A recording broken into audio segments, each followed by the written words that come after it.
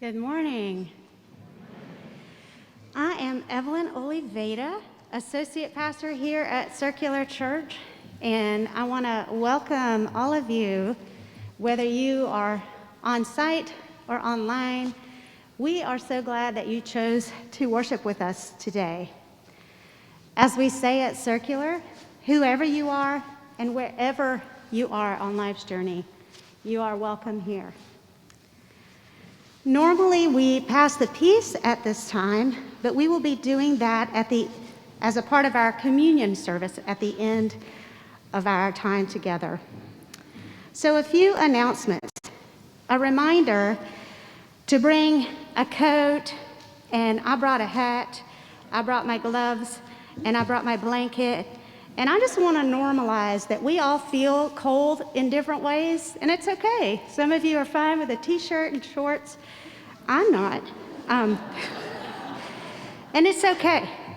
I'm worthy, even though I get cold. So if you do get really, really cold, we do have a few space heaters in the back, and you're welcome to go there. Also a reminder that all of our other buildings do have heat, and that our worship service is on YouTube. So you could go over there and finish watching it if for some reason you get too cold. We have a lot going on in our church and in our community, so please pay attention to all of the announcements printed in your bulletin and in your newsletter and in your church app as well. So as we get ready to worship, just a reminder that on the Sabbath day, God calls us to rest. And in that spirit, I invite you to maybe allow yourself to rest during this service, to let this be a restorative time, letting the space, the words, the music, the fellowship, and the table bring you rest. And in that spirit, let us take a few deep, restful breaths as we prepare ourselves for worship.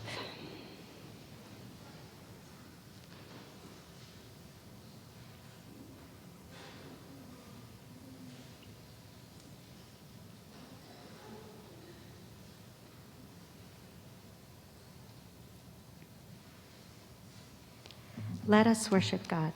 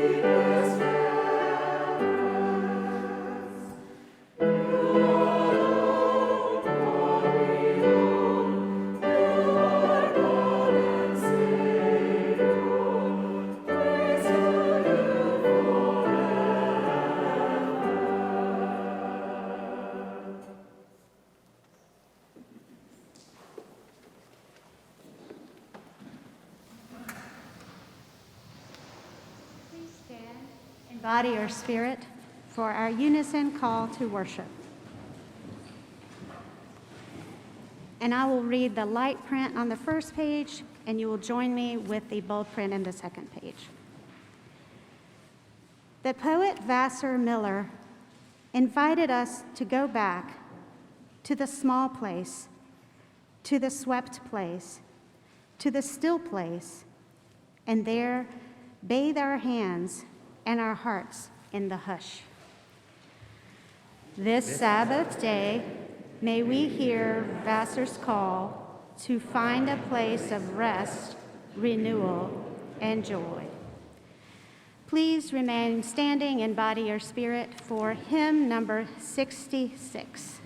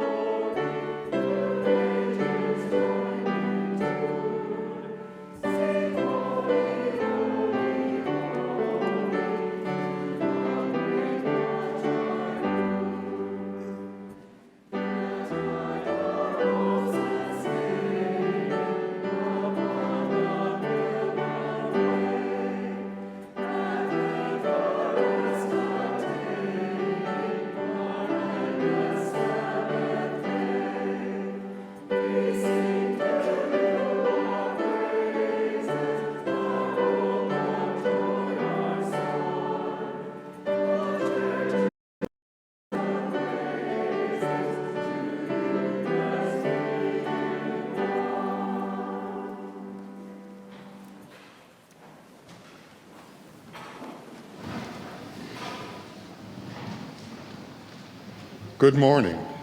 I'm Carl Peterson, and I'll be reading this morning's scripture lesson from the Inclusive Bible,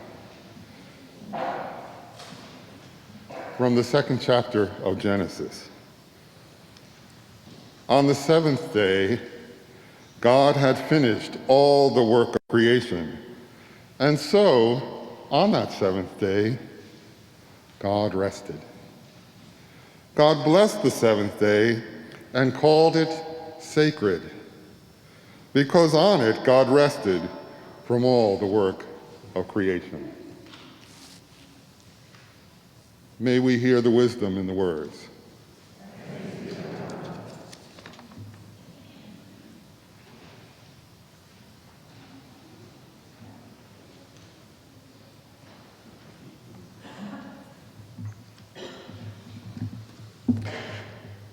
Well, I am delighted to see all of you children in attendance today. My name is Hal, and I'm here to share some thoughts that I thought you might like to know. Hey, buddy.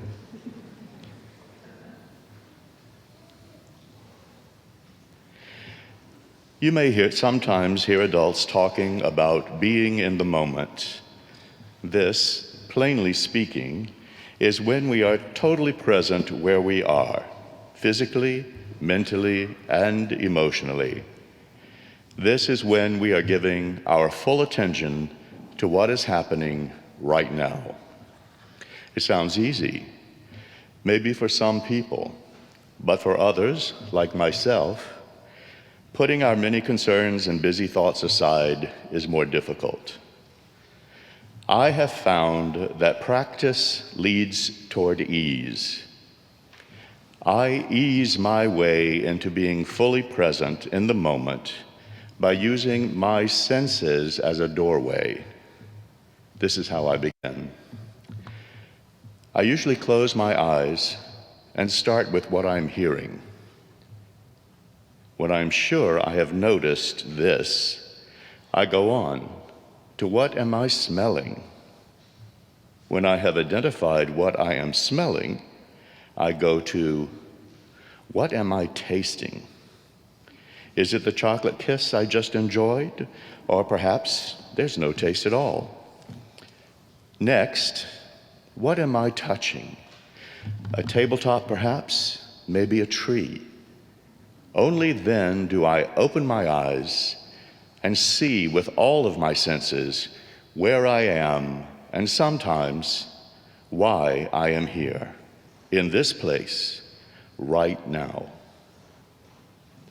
Often when I have traveled through my senses, I arrive at a new place that we call the now.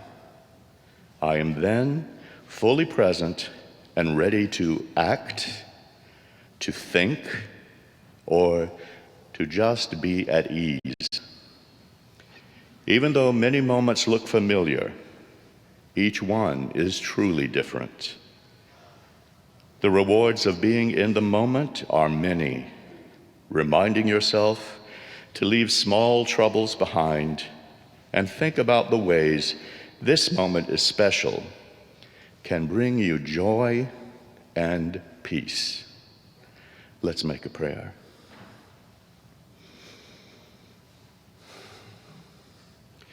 Dear God, creator of all that is beautiful, we, your children, thank you for the gift of life and for the chance to play, to learn, and to love. Help us to know that each moment is special, each person is unique, and that every blessing another chance to share. Amen. Thank you.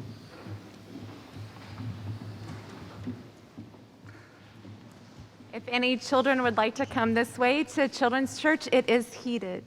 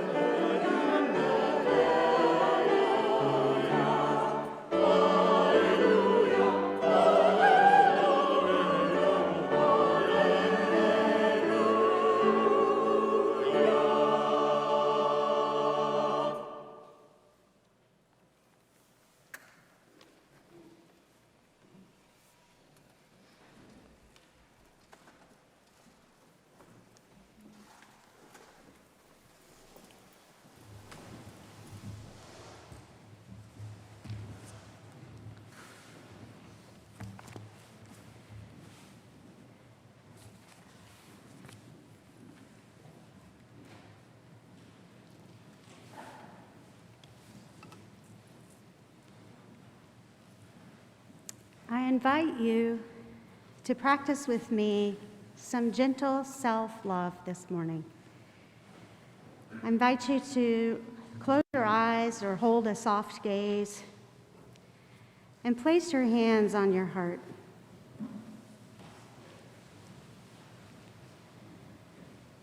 Send some love into your heart and into your whole being.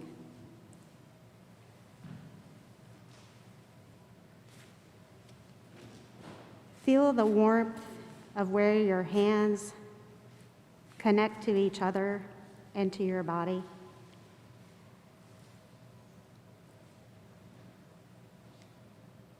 Feel this gesture as a gesture of rest, warmth, and gratitude for this body. Breathe in this gratitude for a couple of breaths.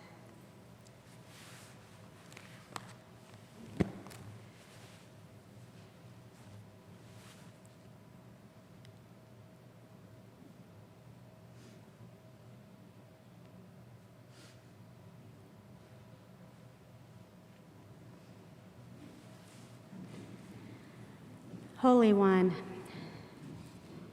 you have woven the rhythms of work and rest into the fabric of our existence. The birds know the seasons, the trees, the butterflies, the whales, and the squirrels know the seasons. The very earth knows the seasons. And yet we in our modern world pretend that they don't exist when it comes to how we live our days. We have bought into the currencies of the day, the currency of production, the currency of profit, the currency of busyness. And we have done so at our own peril. We do not give our bodies, our souls, our lives, the opportunity to catch their breath. Anxiety, stress, burnout, these have become more familiar than rest. Remind us, Holy One, of Sabbaths, of sacred rest, of renewal, of restoring. Show us how to ground ourselves and our lives upon the rhythms that give life, instead of those which continue to steal our very lives from us. Make us people who know how to rest, promote rest for others, and promote rest for the earth, unapologetically. Ground us in your rhythms. For this we pray. Amen. Please stand in body or spirit for hymn number 489.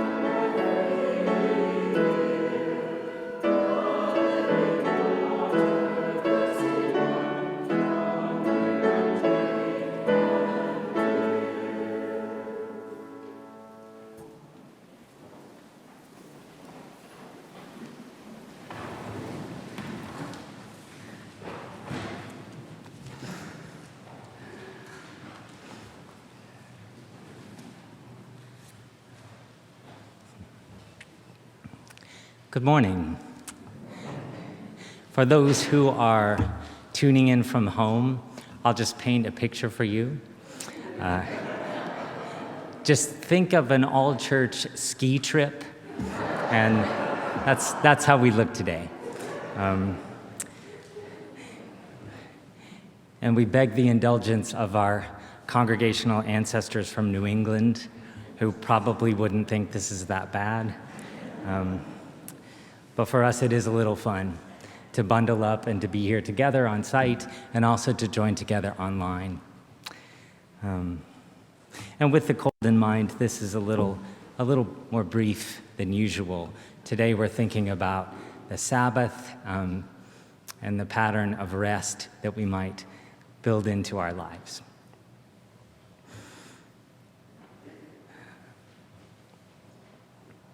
A story is told about Howard Thurman, the gentle mystic, inclusive theologian, and powerful civil rights activist. Thurman was visiting a pastor of a large church in Evanston, Illinois. As they sat in the pastor's office, he began to describe the church to Thurman. He told of its many activities. He shared all the new programs they had undertaken. He spoke of services, numbers of people, and future plans. He carried on until Thurman looked up at him with a smile. The pastor thought Howard Thurman might have a question for him, and he was right. Thurman took a breath and asked, "And who are you?" It was a beautiful question that couldn't be answered by the rush of activities and programs or the busyness of the pastor's calendar, and the pastor, having been unprepared for it, didn't know how to answer. Of course, Thurman's question was exactly the sort of thing you might expect from a mystic or contemplative. Rather than focusing solely on what the pastor was doing, he wanted to know about the pastor's being. Not only what he did, but more importantly, who he was. And you might have asked the same question of the church. Not only how it filled the days, but how it slowed and savored them. Who are you, pastor? He was asking. Who are you, people? Who are you, church? But surely he wouldn't have wanted anyone to rush the answer. Howard Thurman would have been perfectly happy for all of us to sit with the question. He would have encouraged us to take our time. There's an irony, of course, in the fact that churches so rarely slow down, especially churches like ours. Our liberal theology stresses ethics over metaphysics, the practice of our faith over the propagation of any dogma. So we put ourselves to work, doing good things. And this is, in many ways, as it should be. Yet it also means that our Achilles heel can be that we have trouble slowing ourselves. We don't always find the stillness to breathe and be. The irony can be found just a few pages into our sacred stories, as the first creation narrative ends with an admonition to rest. According to a rabbinic rendering of the Hebrew, God was said to have blessed the seventh day and then hallowed it, made it sacred, because no work was done on that day. It's a powerful idea, the idea of Sabbath, that taking a seventh of our time and shaping it differently. And it probably sounds impossible for most of us these days, but we've got things to do, places to be, schedules to keep, and devices to check over and over again. We can't take a day out of our week and simply do nothing, so the argument goes. But the Sabbath has never been an invitation to do nothing. It's an invitation to do things differently. In his book, The Sabbath, Rabbi Abraham Joshua Heschel took up this question and spoke to it. When God was said to rest on that seventh day, Heschel explained, the word used for rest was menhua. Yet menhua, Heschel explains, means much more than withdrawal from labor or exertion. It means something more like tranquility, serenity, peace, and repose. Sabbath, in essence, creates time and space for a different way of being. Sabbath is not doing nothing.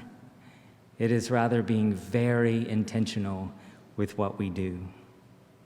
And finding that when we do so, there are resources to help us obtain a measure of tranquility and peace in our own lives. Interestingly, Heschel, just like Howard Thurman, was deeply involved in the work for social justice, particularly the struggle for racial justice in this country. Neither man was advocating slowing down to the point of not being engaged, but they each knew that the only way to stay engaged without burning out was to ground themselves in quiet, contemplative, restorative practices. The work for justice never ends. It is essential to catch our breath regularly, to sit, to read, to pray, to smile, sing, and share food with friends. Each of these are gentle, Sabbath-like practices. One of our best contemporary expositors of Sabbath, Judith Shulevitz, explains that taking time out so intentionally should not be thought of as burdensome. It should instead be fun. In a recent interview with Ezra Klein, Shulevitz said that Sabbath practices should be habits that are regular and festive. Fill your Sabbath with good things, she said. Big meals, long walks, a wonderful thing called a Shabbos Schlaf, which is a mandated nap. And do these things with others. For the only way the deep rest can happen, Shulevitz says, is when it is practiced in community. If you try it on your own, but no one around you ever slows down or shares that intention, then it simply won't work. So we're meant to invite others to join us in Sabbath practices that are healthy, human, and grounding for all of us. Some of these are things we can do every day. The quiet morning walk, 10-minute lunchtime meditation, switching off a screen to read a book or say a prayer at bedtime. Some of these are things we may do every week, a special breakfast or a church service.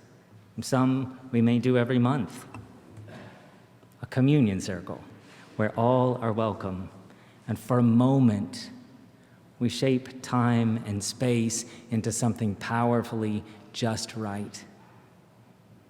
Yet each of these Sabbath practices is simply meant to help us pay attention to the miracle and the mystery of the lives we and all those around us are living.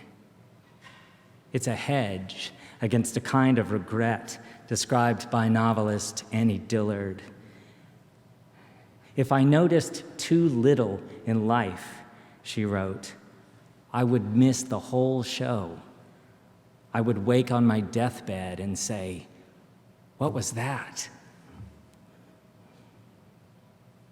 At the heart of our tradition lies a practice meant to help us notice before it's too late. The practice of observing Sabbath, taking a time of intentional rest, or as Heschel put it, a time of tranquility, serenity, peace, and repose. The old Hebrews shaped an entire religious practice around this beautiful idea. Jesus himself later personalized it, stealing off into the morning dark to pray. And we are now invited into it in these times that move a little too fast for us, and with devices from which we are rarely untethered. It is in this moment that the Sabbath beckons. It is in this moment that we hear its question again. That old question put to us by Howard Thurman. Beneath all the busyness, the activities, the programs, and the plans, Who are we? Friends, may we receive the question as a gift and make some Sabbath time to sit down with it. Amen.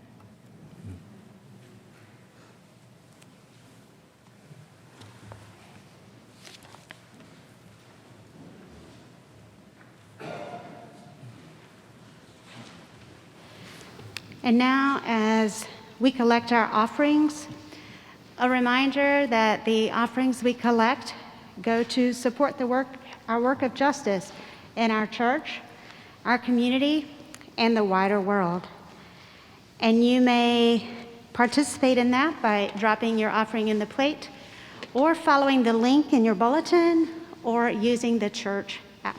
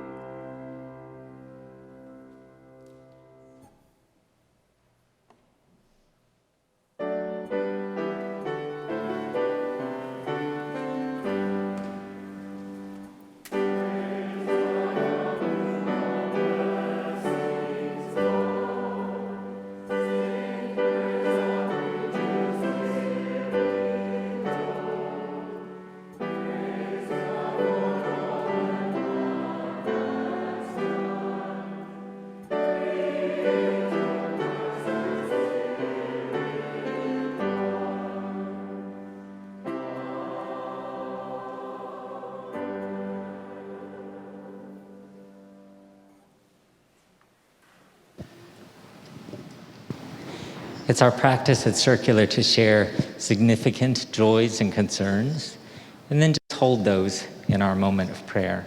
And if you have something and you raise your hand, we'll bring you the microphone so that we can hear it, and just hold it for that moment of prayer.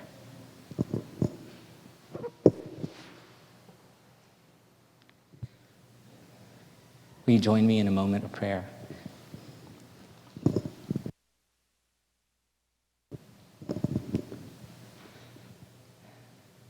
To the God of our time, which is really our life, help us to reclaim it by slowing down and paying attention. Attune us to the wonders all around. The neighbor walking by, or stranger in the store, the bird on a wire, or blooms on a bush, each of them waiting to be simply beheld by those who have rested their eyes and slowed their thoughts enough to be present. And as we ask this prayer, hold for a moment all of the things we have said out loud, every person and situation.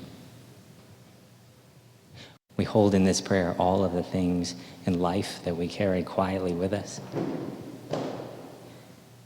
And we pray for all who are grieving today, for all who feel lonely, for all who struggle with addiction and those in recovery. For everyone who is sick and their caregivers. For everyone working toward peace and reconciliation where they live. For everyone responding to the climate crisis with the present moment and the future in mind. Be with all of these. Be with all of us. We offer this prayer in the name of Jesus, who modeled for us a balance of doing with being and being with doing. We remember him as we sing together the prayer that he taught us.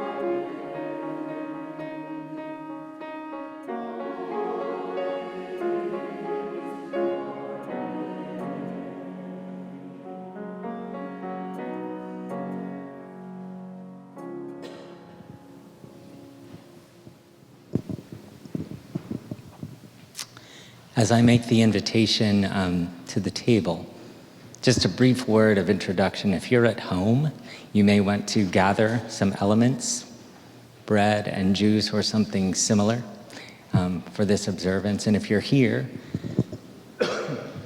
in just a moment, we'll make a circle around the sanctuary and elements will be distributed. And for those who wish, you can take off your mask, take the elements quickly and replace your mask. Some may also wish to just take them home and receive them there, but they'll all be blessed at this time and in this moment. So here's our invitation. The Hebrew understanding of Sabbath had to do with creating a ritual space where you could make the world just the way it ought to be, just for a minute, just for an hour. And when we gather at the communion table, when we make the circle, that's in essence what we're doing. For just a moment, we're making the world just as it should be, a circle of welcome where every person is included equally with no exceptions. So when we make the circle, we celebrate that it's a circle for people of every age, for people of every race and ethnicity, for people of every sexual identity, people of every gender orientation and expression, people of every life experience. Everybody is welcome in the circle, and for a moment, things are as they should be. And it's in that spirit that we're all invited to join as we create the circle at this time.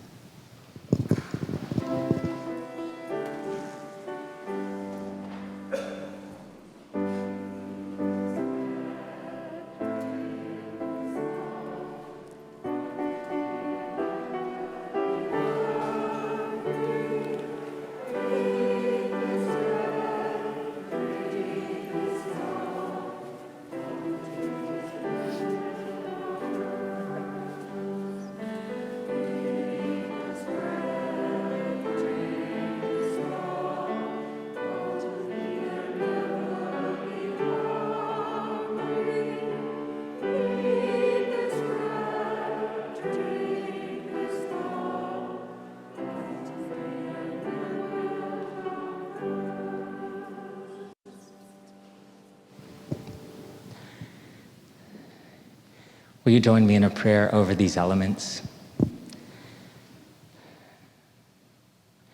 God, whose name is love, we ask that all of these be blessed, and that as we share this communion, it would inspire us to create a world where there's room for all and where all are celebrated. It's in your name we pray. Amen. When we share this meal, we remember a time when Jesus gathered with his friends and students at the Passover. And at that meal, he took some bread and he blessed it and he broke it. And he gave it to them, saying, "Take this, it is myself that I give to you."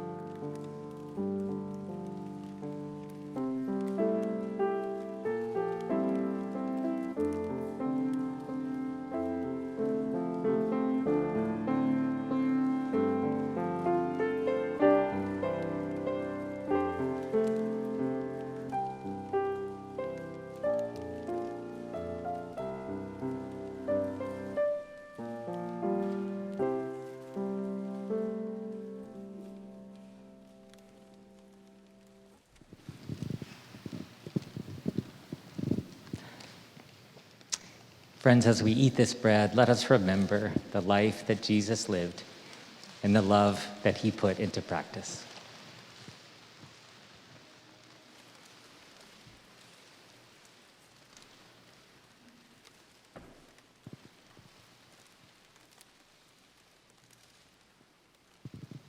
And we remember that at the same meal, Jesus poured a cup of wine, and after he gave thanks for it, he offered it to all of them, saying, "Drink of this, everyone.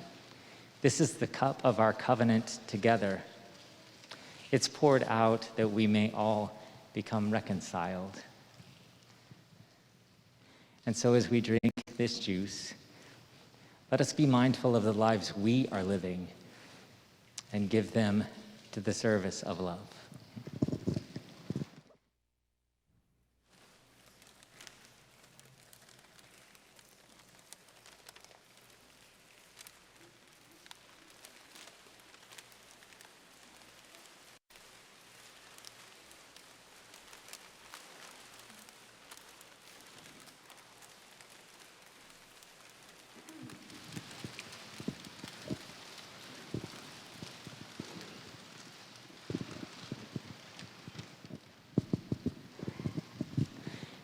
The peace of Christ is, as he said, not the same as the world's peace.